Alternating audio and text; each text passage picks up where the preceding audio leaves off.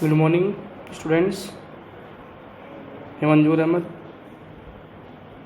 स्वामी Vivekananda government model school progressing के सामाजिक विज्ञान की ऑनलाइन क्लासेस में आपका स्वागत है। हमने पूर्व में 4 चैप्टर अपने कंप्लीट कर लिए हैं। ये 5th चैप्टर पृथ्वी के प्रमुख परिमंडल, इसके बारे में अपन चर्चा करेंगे। जैसा कि आप पहले ही पढ़ चुके हैं कि पृथ्वी एकमात्र ऐसा ग्रह है जहाँ जीवन है। अभी तक जितनी भी खोजें हुई हैं या रिसर्च हुए हैं, उनमें केवल पृथ्वी ऐसा ग्रह है जिस पे हमें जीवन के बारे में जानकारी मिली है और अन्य ग्रह के बारे में कोई जानकारी नहीं मिली है। इसके पीछे रीजन है कि हमारी जो पृथ्वी है उस पर जीवन क्यों है। उसमें कुछ तत्व या आवश्यक चीज़ है, वो भूमि है, जल है और हवा। ये तीनों चीज़ पृथ्वी पर मौजूद है और इसकी वजह से ही पृथ्वी पर जीवन है। तो आप देख सकते हैं कि पृथ्वी की एक सतह ऐसी है जिसमें पर्यावरण के 3 प्रमुख घटक आपस में मिलते हैं और एक दूसरे को प्रभावित करते हैं। पृथ्वी का जो ठोस भाग होता है उसे हम क्या कहते हैं? भूमंडल कहते हैं। जो पृथ्वी का ठोस भाग होता है, यानी पृथ्वी का जो ठोस भाग होता है उसे हम क्या कहते हैं? भूमंडल कहते हैं। ठीक है, इसके अलावा समझ लीजिए, आप लिख लेना, इसको नोटबुक में लिख लीजिए। और गैस की परतें जो पृथ्वी की चारों ओर घिरी रहती हैं उसे वायुमंडल कहते हैं। तो जो गैस की परतें हैं पृथ्वी के चारों ओर घिरी रहती है उसे वायुमंडल कहा जाता है। तो इसको भी आप नोटबुक में लिख लीजिए। इसमें मुख्यतः ऑक्सीजन है, नाइट्रोजन है, कार्बन डाइऑक्साइड है तथा दूसरी गैसें भी मिलती हैं। पृथ्वी के बहुत बड़े भाग पर जल पाया जाता है और जल हमारे लिए बहुत महत्वपूर्ण है और जीवन के लिए बहुत महत्वपूर्ण है। और जिस जगह पर जल पाया जाता है उसको क्या कहते हैं? जलमंडल कहते हैं। क्या कहते हैं? जलमंडल कहते हैं। जलमंडल में जल की सभी अवस्था, जैसे बर्फ़ भी पाया जाता है और जो बर्फ़ की को भी हम जलमंडल में जो हिमालय वाले पहाड़ में जो बर्फ़ जमा हुआ है या ऊंचे पर्वतों पर जो बर्फ़ जमा हुआ उसको भी अपन जलमंडल में शामिल करेंगे और जल को शामिल करेंगे।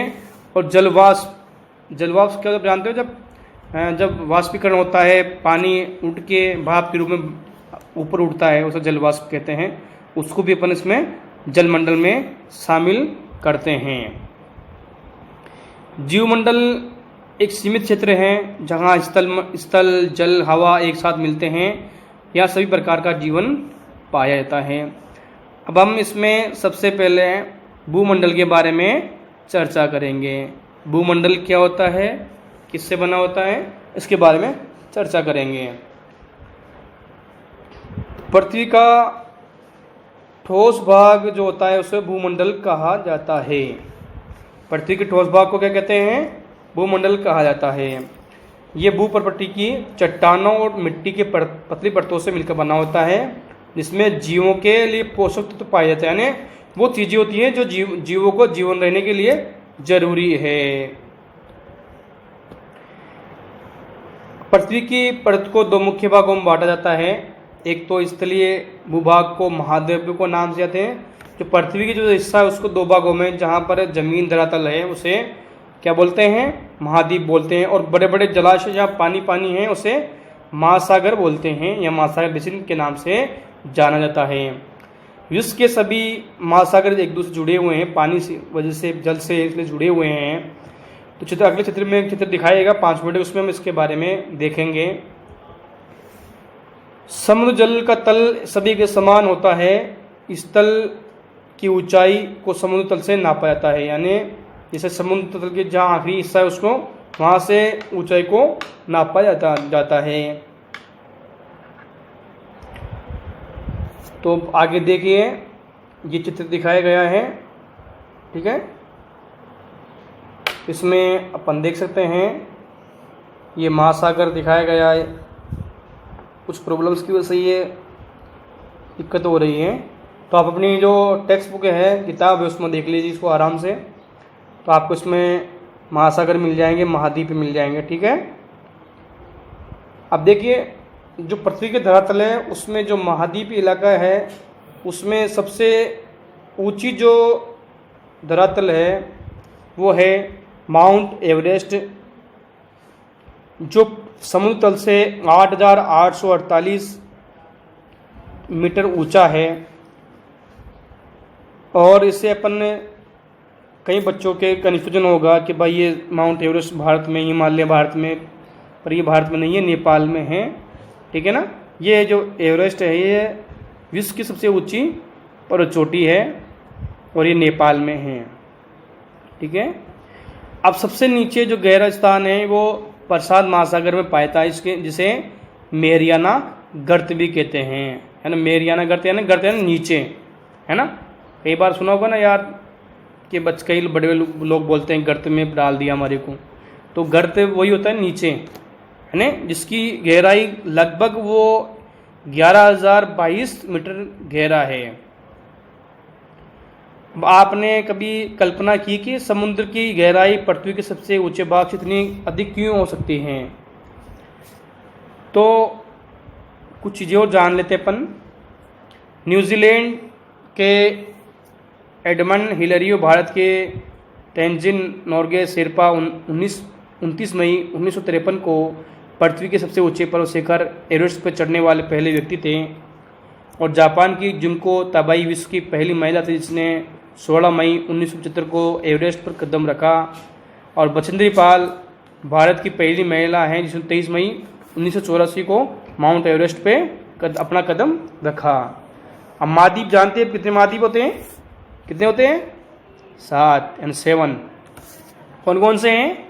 एशिया जिसमें अपन निवास करते हैं, यूरोप जो अपना पड़ोसी महाद्वीप है, दक्षिण अफ्रीका, उत्तरी अमेरिका, दक्षिण अमेरिका, ऑस्ट्रेलिया और अंटार्कटिका। ये सब आपको चित्र 5 पॉइंट पार्ट में दिखाए गए हैं। आप इसको भी अंडरलाइन कर लिख लीजिएगा। कितने महाद्वीप हैं? 7 महाद्वीप हैं और उनके नाम लिख लीजिए, ठीक है। आप एशिया के बारे में चर्चा करते हैं, इसमें हम निवास करते हैं। ये विश्व का सबसे बड़ा महाद्वीप है। ये पृथ्वी की कुल क्षेत्रफल का 1/3 भाग में फैला हुआ है। ये महाद्वीप पूर्वी गोलार्ध में स्थित है। कर्क रेखा इस महाद्वीप से होकर गुजरती है। एशिया के पश्चिम में यूराल पर्वत श्रृंखला है जो इसे यूरोप से अलग करती है। और यूरोप और एशिया के संयुक्त भाग को हम एक नाम से ज़्यादा से यूरेशिया कहते हैं। क्या कहते हैं? यूरेशिया कहा जाता है, यानी दोनों का संयुक्त भाग है उसे यूरेशिया कहा जाता है। अपन पढ़ेंगे। अब दूसरा महाद्वीप है यूरोप। यूरोप एशिया का से बहुत छोटा है और ये महाद्वीप एशिया के पश्चिम में स्थित है और आर्कटिक वर्त इसे होकर गुजरता है। ये 3 तरफ से जल से घिरा हुआ है। और विश्व के जो मानचित्र है 5 मिनट आप 5.1 में आप इसको देख लीजिए आराम से। इसके बाद अफ्रीका, इसे एक तरह से अपन बहुत बड़ा महाद्वीप भी है और एक प्रकार से इसमें जंगलों और आदिवासियों के लिए प्रसिद्ध है। और इसमें जो 0 डिग्री अक्षांश इससे गुजरते मध्य से गुजरता है। और ये अफ्रीका बहुत बड़ा भाग उत्तरी गोलार्ध में स्थित है, जिसे अपन चित्र 5 मिनट में देख सकते हैं। ये सब महाद्वीप है जिसमें 3 रेखाएं गुजरती हैं। इसको भी आप अंडरलाइन कीजिए कि ये ऐसा महाद्वीप है जिससे 3 रेखाएं होकर गुजरती हैं। इसको भी आप नोटबुक में लिख लीजिए, नोट्स में अपने। जो सहारा का रेगिस्तान है विश्व का सबसे बड़ा गर्म रेगिस्तान है जो अफ्रीका में स्थित है। ये महाद्वीप चारों तरफ से समुद्र से और महासागर से घिरा हुआ है। आप देखेंगे कि विश्व की सबसे बड़ी लंबी नदी जो है नील नदी अफ्रीका में होकर गुजरती है। अब इसके बाद हम चर्चा करते हैं उत्तरी अमेरिका। उत्तरी अमेरिका विश्व का सबसे बड़ा तीसरा बड़ा महाद्वीप है। ये दक्षिण अमेरिका के एक संकरे स्थल से जुड़ा हुआ है, इसे पनामा स्थल संधि कहा जाता है। देख सकते हैं चित्र में दिखाया गया आपको, उत्तर अमेरिका और दक्षिण अमेरिका दोनों दिखाए गए हैं, और दोनों के बीच में एक जहाँ से जॉइंट होता है उसे जल संधि है, स्थल संधि है, जुड़ी हुई है। इसको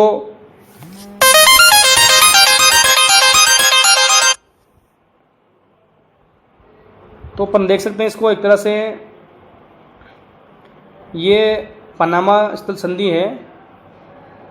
ये महाद्वीप पूरी तरह से उत्तरी और पश्चिमी गोलार्ध में स्थित है। ये महाद्वीप 3 महासागरों से घिरा हुआ है। इसके बाद है दक्षिणी अमेरिका का अधिकांश भाग दक्षिणी गोलार्ध में स्थित है।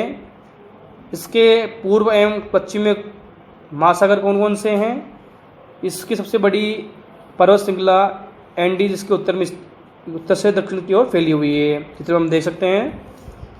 दक्षिण अमेरिका में विश्व का सबसे बड़ी नदी अमेजन नदी बहती है। ऑस्ट्रेलिया इसके बाद है ऑस्ट्रेलिया महाद्वीप। ऑस्ट्रेलिया विश्व का सबसे छोटा महाद्वीप है। ये पुधर से उत्तरी गोलार्ध में दक्षिणी गोलार्ध में स्थित है। ये चारों तरफ से महासागर और समुद्र से घिरा हुआ है। ये द्वीपीय महाद्वीप है। एक तरह से ये द्वीपीय महाद्वीप इसको कह सकते हैं। इसको अपन अंडरलाइन करने से द्वीपीय महाद्वीप भी कहा जाता है। ठीक है। अब इसके बाद अगला हम पढ़ते हैं अंटार्कटिका महाद्वीप। ये जो दक्षिणी गोलार्ध में स्थित है, दक्षिणी ध्रुव इस महाद्वीप के मध्य में स्थित है। चूँकि ये दक्षिणी ध्रुव में स्थित है, इसलिए ये हमेशा मोटी बर्फ़ की परतों से ढका हुआ रहता है। यहाँ किसी प्रकार का स्थायी मानव निवास नहीं है। बहुत से देशों ने यहाँ अपने शोध केंद्र रिसर्च सेंटर खोले हुए हैं। भारत का भी एक शोध केंद्र है, इसके नाम है मैत्री और दक्षिणी गंगोत्री। ये अपने भारत के 2 महत्वपूर्ण यहाँ रिसर्च सेंटर खोले गए हैं जो रिसर्च कर रहे हैं वहाँ पर। तो एक का नाम मैत्री है, एक का नाम दक्षिण गंगोत्री है। आगे अपन पढ़ेंगे जलमंडल। पृथ्वी को नीला ग्रह कहा जाता है। क्यों कहा जाता है? क्योंकि जब हम पृथ्वी को अंतरिक्ष से देखते हैं, जल की वजह से ये नीला दिखाई देता है। तो इसको अंडरलाइन कर लिए। पृथ्वी को नीला ग्रह क्यों कहा जाता है? क्योंकि अंतरिक्ष से जब हम इसको देखते हैं तो ये नीला दिखाई देता जल की वजह से। पृथ्वी के 71% भाग पर जल है और 29% भाग पर स्थल है। जल मंडल में जल के सभी रूप स्थित हैं। यहाँ नदियाँ भी, झीलें, हिम नदियाँ, भूमिगत जल, वायुमंडल की जलवाष्प सभी सम्मिलित हैं। तो इनको अपन सम्मिलित कर लेते हैं एक बार। कौन कौन सी चीज़ आती है इसमें? महासागर आ जाते हैं, और इसमें नदियाँ, झीलें, जलवायुमंडल सभी सम्मिलित हैं। ठीक है। पृथ्वी पर पाए जाने वाले जल का 97% भाग अधिक महासागरों में पाया जाता है। वो इतना खारा है, इसको अपन यूज नहीं कर सकते पीने के लिए, बहुत खारा है। जो महासागर का जल है वो खाने लायक नहीं है, पीने लायक नहीं है, बिल्कुल खारा जल है। शेष जल का बहुत बड़ा भाग बर्फ की परतों में है और हिम नदियों में मौजूद है। और कुछ जल है जो भूमि के जल के रूप में पाया जाता है। इसको हम कुएं के जरिए निकालते हैं, बोरिंग के जल के या नलकूप के जरिए निकालते हैं। जल का बहुत कम भाग अलवण जल के रूप में पाया जाता है, जो पीने लायक हैं वो जल पाया जाता है। इसलिए कहते हैं जल ही जीवन है, जल को बचाइए, इसलिए कहते हैं। जबकि जल तो बहुत सारा है, जब पेयजल है पीने के लिए यूज़ करते हैं वो बहुत कम पाया जाता है। यही कारण है कि नीले ग्रह में रहने के बावजूद हम पानी की कमी महसूस करते हैं, यानी पानी के ग्रह में रहने के बाद भी पानी की कमी महसूस करते हैं। अब महासागर के प्रमुख जलमंडल कौन कौन से हैं? तो देखिए, ये जो महासागर है जलमंडल का प्रमुख भाग है। ये आपस में एक दूसरे जुड़े हुए होते हैं। महासागर 5 है: प्रशांत महासागर, अंटार्कटिक महासागर, हिंद महासागर, दक्षिणी महासागर और अंटार्कटिक महासागर। ठीक है।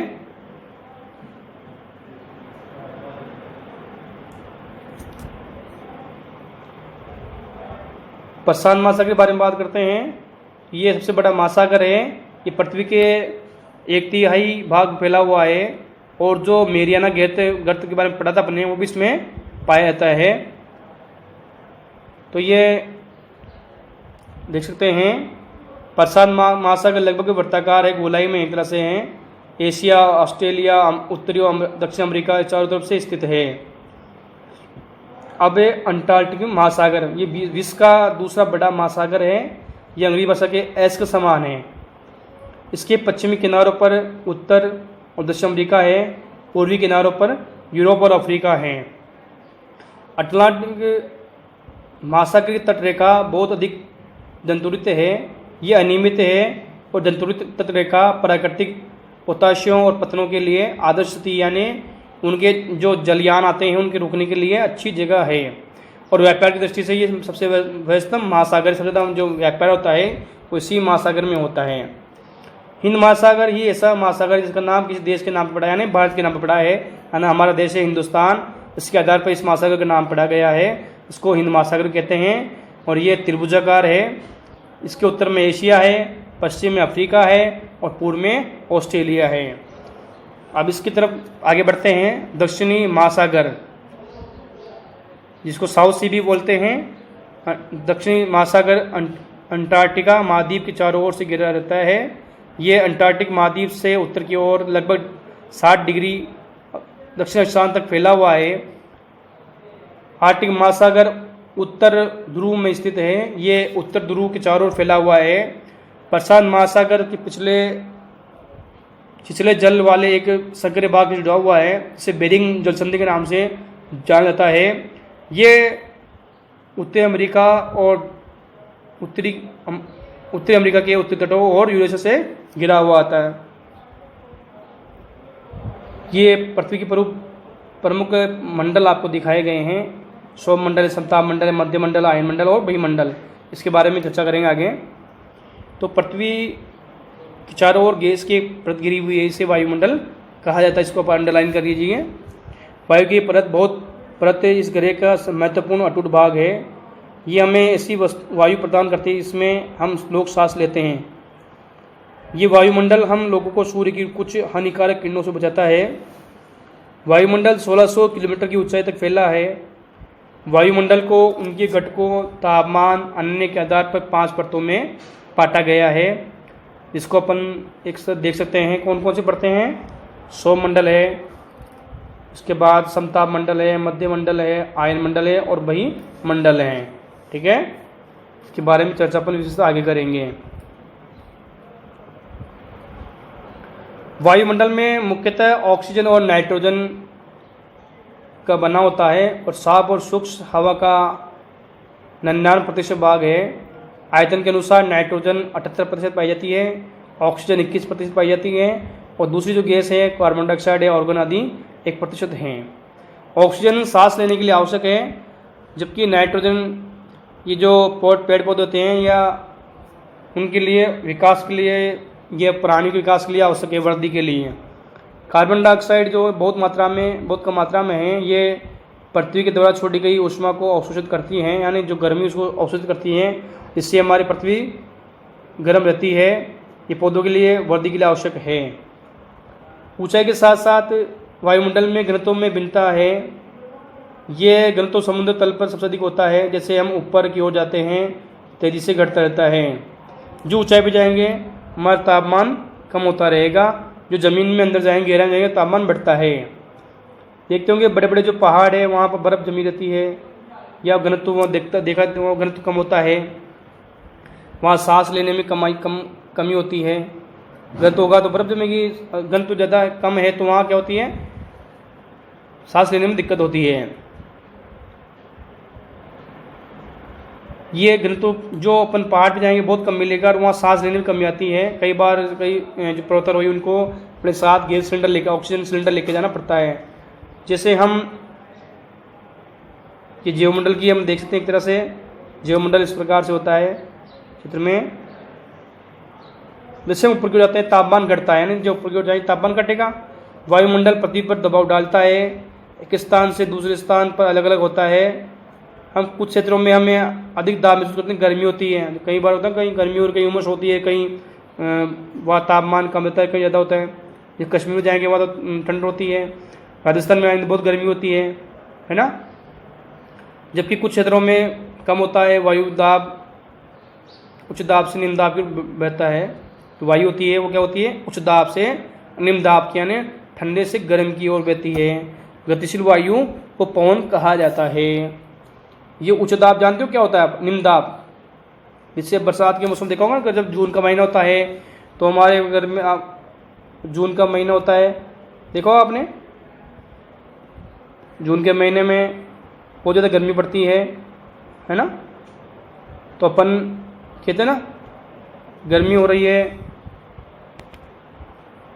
बहुत ज़्यादा गर्मी होती है ना, तो उसी को ही अपन गर्मी को ही अपन कहते हैं कि बस जो गर्मी होती है उसे ही हम क्या कहते हैं, उमस जो होती है उसको ही हम, उमस की वजह से क्या होता है, हमारी यहाँ की जो हवा है वो गर्म होकर की हवा ऊपर उठ जाती है और यहाँ निम्न दाब का क्षेत्र बन जाता है। तो ये गतिशील वायु को पवन कहा जाता है। अब जीवमंडल के बारे में पढ़ेंगे। जीवमंडल स्थल जल हवा के बीच का सीमित भाग है। यह भाग है जहाँ जीवन मौजूद है, जहाँ जीवन है जिसमें हम रहते हैं उसमें, इसको जीवमंडल कहते हैं। यहाँ जीव की बहुत सी प्रजातियाँ हैं, तो सूक्ष्म जीवों बैक्टीरिया को लेकर छोटे छोटे जीव से लेकर बड़े तक बड़े बड़े जीव पाए जाते हैं। मनुष्य सहित सभी प्राणी जीवित रहने के लिए एक दूसरे से जीवमंडल से जुड़े हुए हैं। जीवमंडल के प्राणियों को मुख्य दो भागों में जंतु जगत और पादप जगत में विभक्त करते हैं। पृथ्वी के तीनों परिमंडल आपस में पारस्परिक क्रिया करते हैं, एक दूसरे को किसी न किसी रूप से प्रभावित करते हैं। उदाहरण के लिए देखते हैं, लकड़ी और खेती के लिए वनों को काटा जाता है, इससे डलवा भाग पर मिट्टी का कटाव तेजी से होता है। अगर पेड़ों को काटते हैं तो डलवा जो ढलान होती है वहाँ पर मिट्टी कटाव बढ़ता है। इसी प्रकार प्राकृतिक आपदा से भूकंप के से पृथ्वी की सतह पर परिवर्तन होता है। हाल में ही सुनामी के कारण अंडमान निकोबार द्वीप समूह का कुछ भाग पानी में डूब गया है। झीलों नदियों के दूषित पदार्थों के प्रवाहित होने का उनका जल मानव के इस्तेमाल के लायक नहीं रहा जाता है। ये जल दूसरे जीवों को भी नुकसान पहुंचाता है।